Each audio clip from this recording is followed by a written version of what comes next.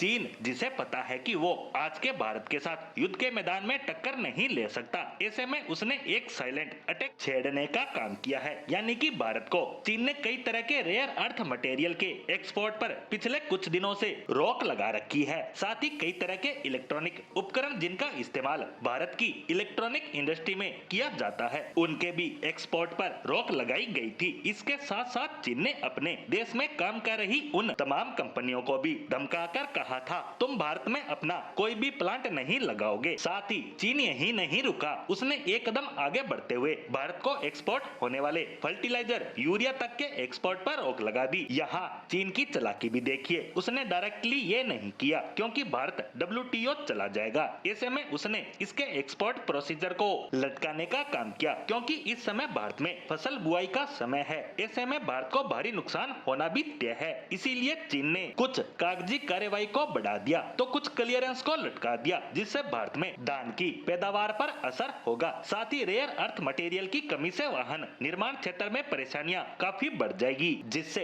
भारत में एक तरफ तो धान की कमी आएगी तो धान की कीमतें बढ़ने से महंगाई आसमान छूने लगेगी, दूसरा वो अन्य देशों को जो धान एक्सपोर्ट करता है उस पर भी सीधा असर पड़ेगा। वहीं इलेक्ट्रॉनिक कंपनियों को कंपोनेंट्स की कमी के कारण अपने प्रोडक्शन को घटाने के साथ साथ प्लांट को भी कुछ समय के लिए बंद भी करना पड़ सकता है। इसीलिए कहा जा रहा है कि चीन साइलेंट रहकर भारत के साथ ट्रेड वार कर रहा है, लेकिन भारत भी कम नहीं है, उसने भी चीन को वहीं हिट करने का काम किया है जहां चीन को सबसे ज्यादा दर्द हो। दरअसल सबको पता है कि चीन की इकोनॉमी एक्सपोर्ट पर ही चलती है और भारत इसका अहम हिस्सा है और अरबों डॉलर का सामान भारत हर साल चीन से खरीदता है। ऐसे में भारत ने चीन के ज्यादातर प्रोडक्ट पर जो टैक्स है यानी टैरिफ अमेरिका की तरह बढ़ाना शुरू कर दिया, जिससे चीनी प्रोडक्ट भारतीय मार्केट में महंगे हो जाएंगे और उन्हें कम खरीदार मिलेंगे, जिससे चीन की कमाई वर्तमान में तो घटेगी ही, साथ ही साथ सबसे महत्वपूर्ण बात ये कमाई आगे भी घटेगी क्योंकि